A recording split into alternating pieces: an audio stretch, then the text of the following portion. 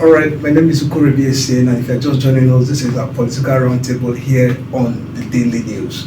And today we'll be taking on a very critical topic that I believe concerns you as a Crossivarian and concerns you as a Nigerian. And we are looking at the politics of 2023.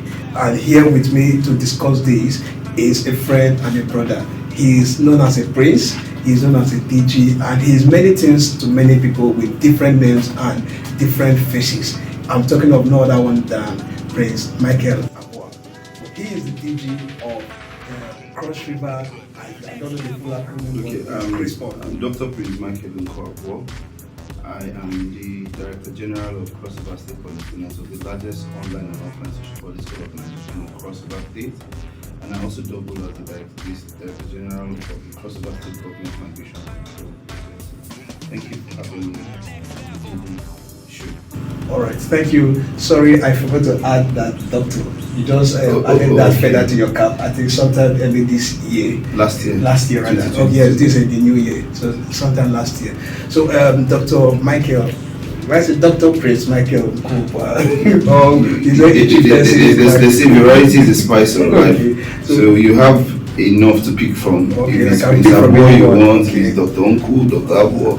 I've given you the variety, so the choice is yours. This is very fair. And very soon we are the chief. Or commissioner. I'm hoping that the mister should come, the proper mister should come. Mister. Okay, yeah, okay. So, the chief. Sometime last year we were expecting that very eagerly. Well. That is a story for another day. Okay, welcome to Political Roundtable. So first, let's look at the Cross River State politics. Well, the agitation for Back to South. I believe you are a strong believer of the Back to South movement. So why do you think it should stand against all odds? Okay, for some people who do not know the background I come from an advocacy and an activist background. A background where I believe in justice, equity and fairness.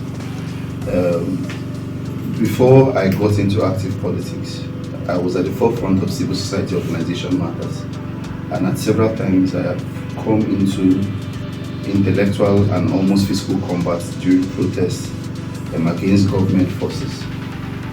We were at the forefront advocating for resettlement of Bakassi people and the appealing of the Bakassi case before the international courts. We also have been at the forefront of advocating for the passage of the Child Rights Act into law. There's a whole lot that we've been involved in. We were also involved in UNICEF, United Cement Companies, improving upon their corporate social responsibility, as well as for them to address issues that is related to their mining activities and how it affects the people within that area and the environment, and so on and so forth. And this advocacy that we have been at the forefront of has opened many doors for me as an individual. In 2013, I was selected by the United States government for an international business leadership program, where I was trained in Washington, D.C. and had the opportunity to interact with senior government officials who were young from across 30 different countries around the world. I've also been involved in several trainings nationally and internationally, to mention but a few.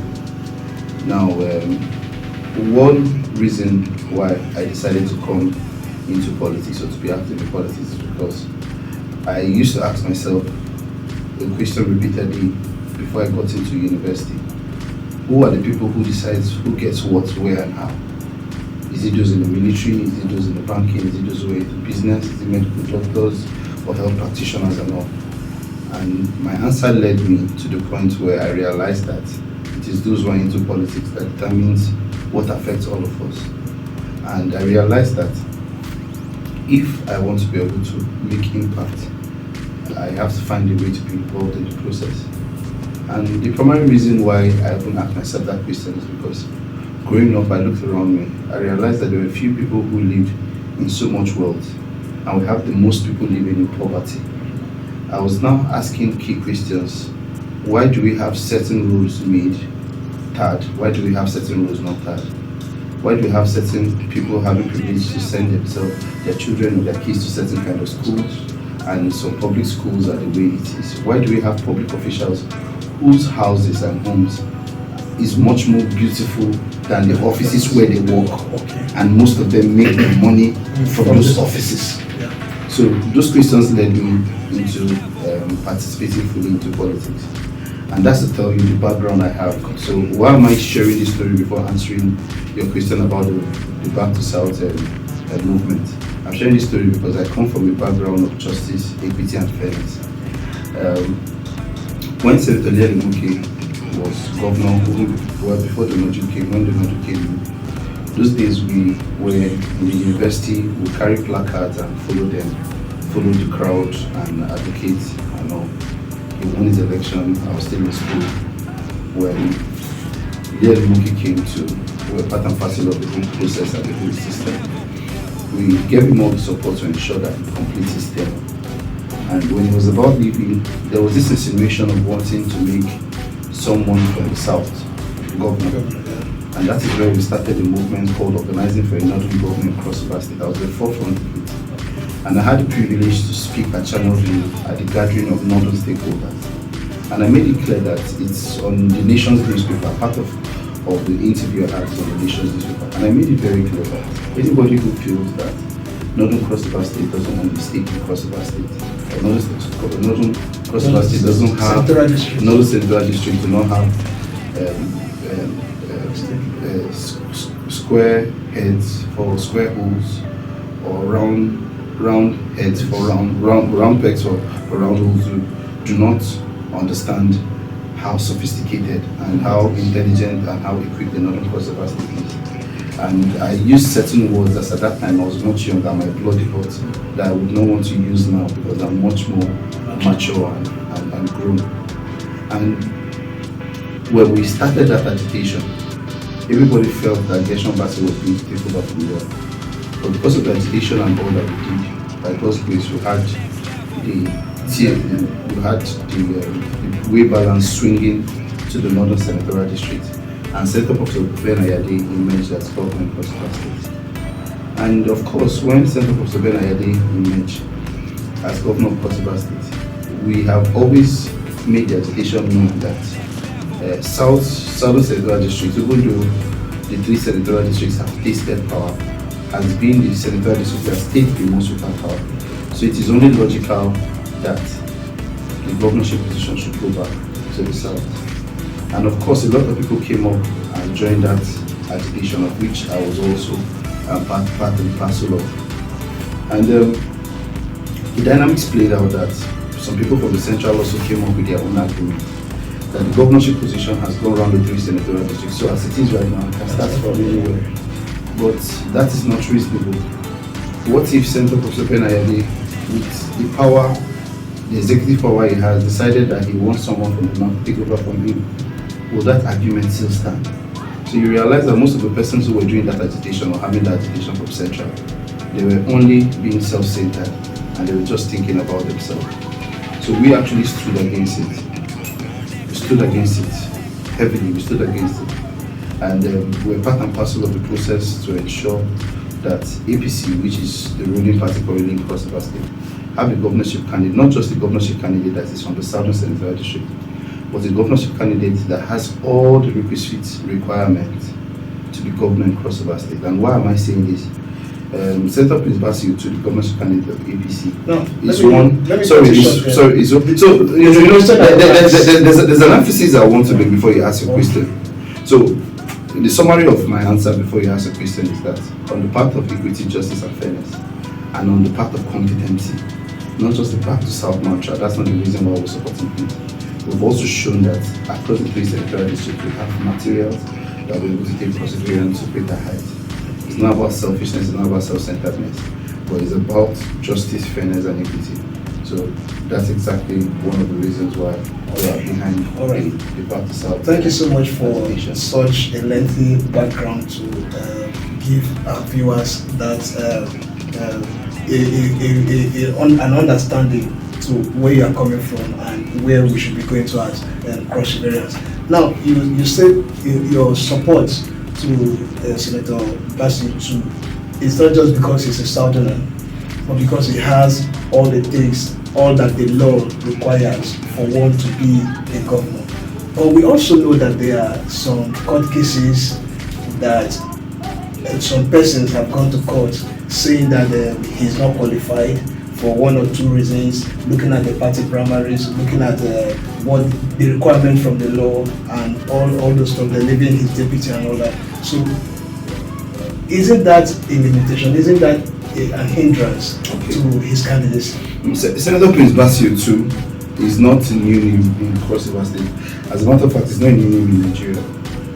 Senator Prince Bassey too has a sterling qualification and performance in the private sector. He actually started his private sector life in the banking sector.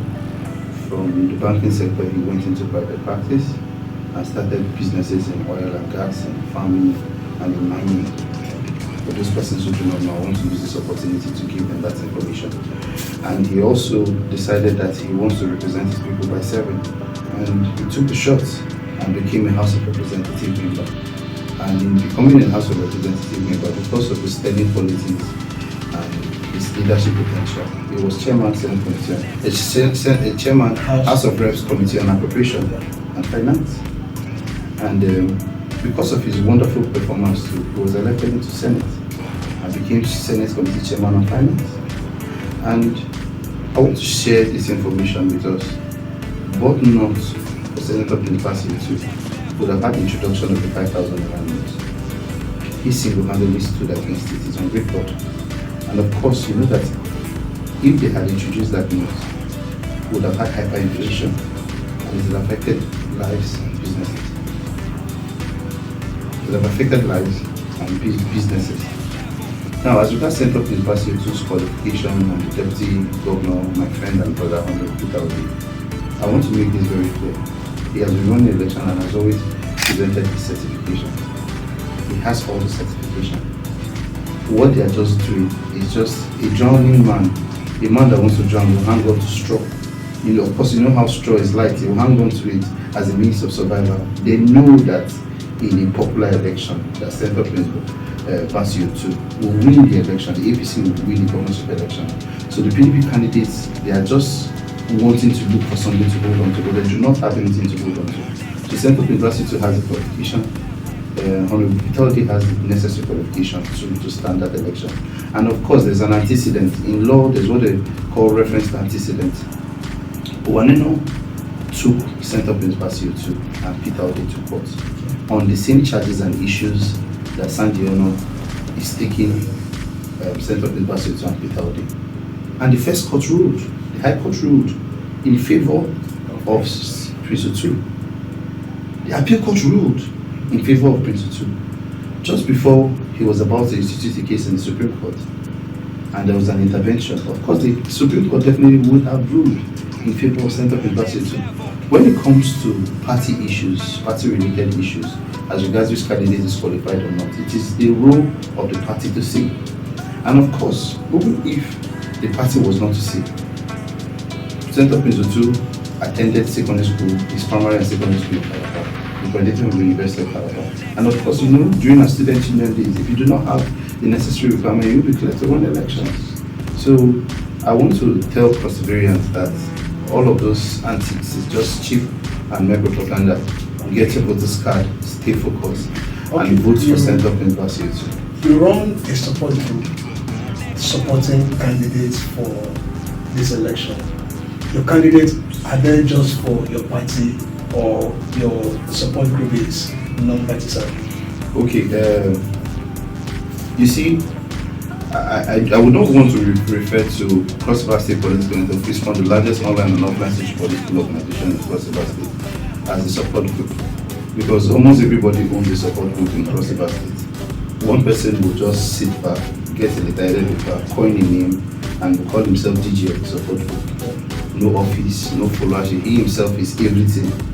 So for us, we are a social political organization that has membership across the 3 senatorial districts in Cross River State, the 18, local government areas in Cross River State, with 196 wards. We have names, phone numbers, and the voters card details of all of our members.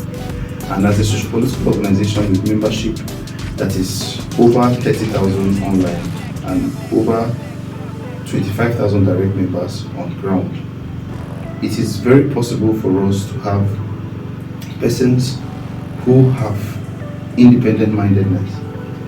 But one rallying point for all of us as members of Cross River State Political Network, to be very sincere and genuine to all of us, is the candidate of Senator Prince Bassey to the governorship candidate of the party. And of course, as an organization, we are self-funded. Nobody provides funding for us. We fund ourselves.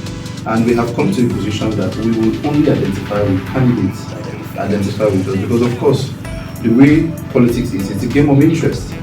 If you're running for office and you know the words we have, and we have shown our support for the All Progressive Congress, and we're not getting reciprocated show of support for what we're doing, there's every opportunity that every other person, of course, which they are doing, have tried to make from some other political party, have tried to come to us to give us reasons why, beyond certain candidates, we need to provide them the necessary support.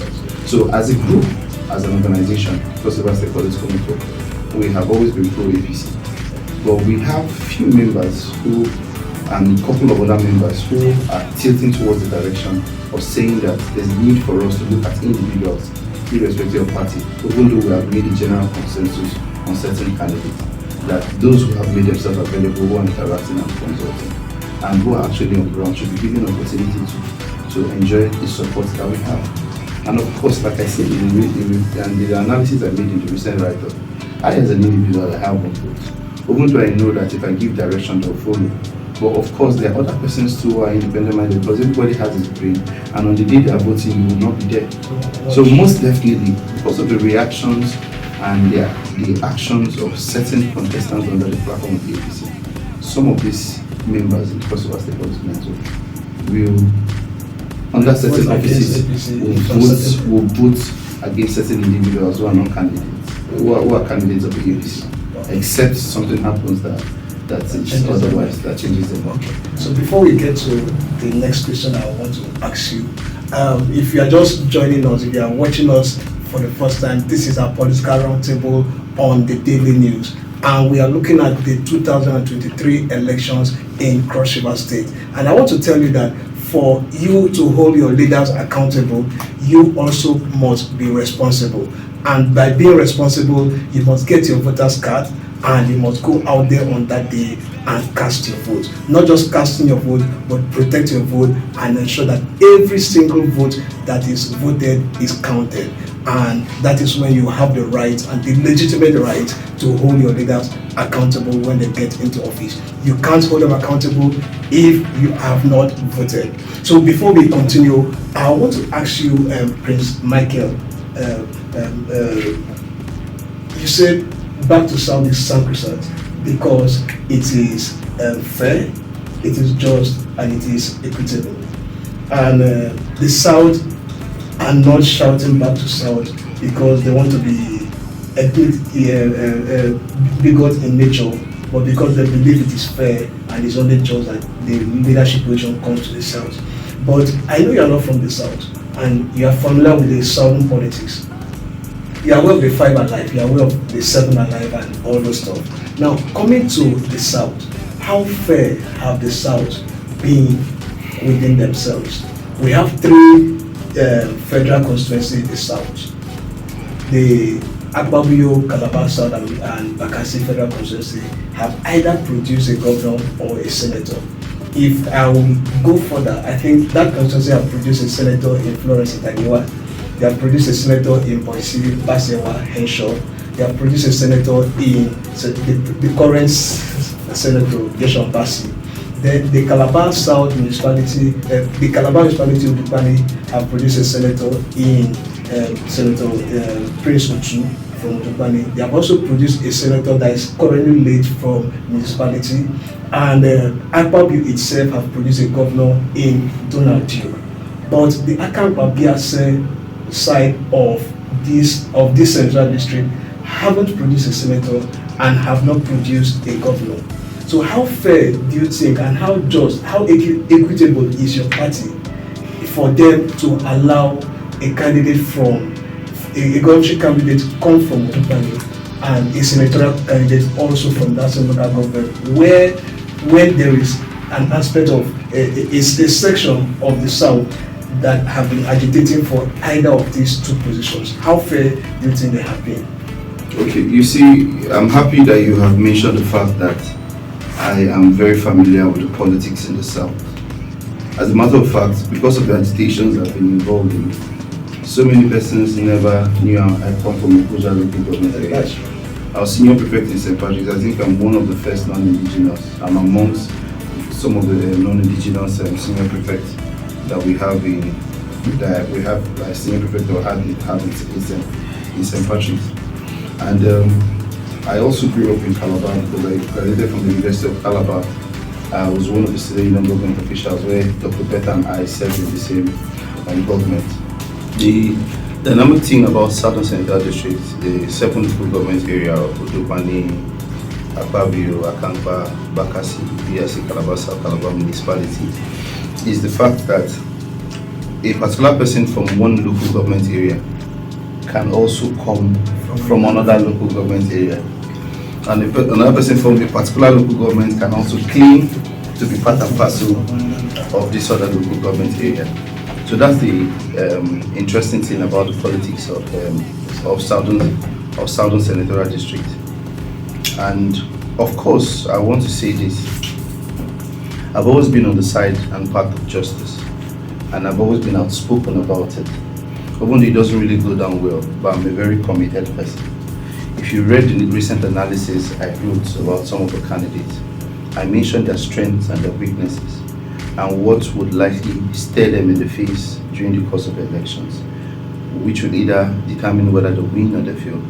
And I actually mentioned the fact that in my recent article, that the issue of Suki and Sweet Prince coming from the same local government is an issue that is at the forefront of discussion, especially amongst registered voters from Akampa and Biasi.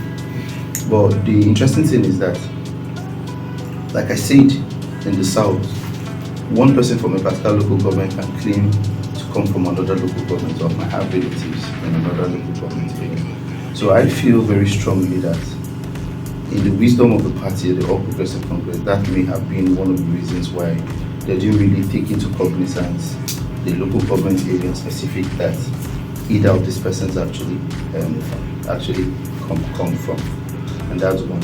And of course, even in Akampa local government areas, outside the cores, we also have AFIX there. In the Udupani, outside the cores, outside the AFIX, we also have the cores. So that's how dynamic it is. So right now, like I said during my pronouncement about justice, equity and fairness, I mentioned the fact that outside the fact that Senator Prince Bassey to the governorship candidate of the APC, and by God's grace, the incoming governor of Cross River State is from the South, he also had the requisite requirement to take over as governor in Cross River State.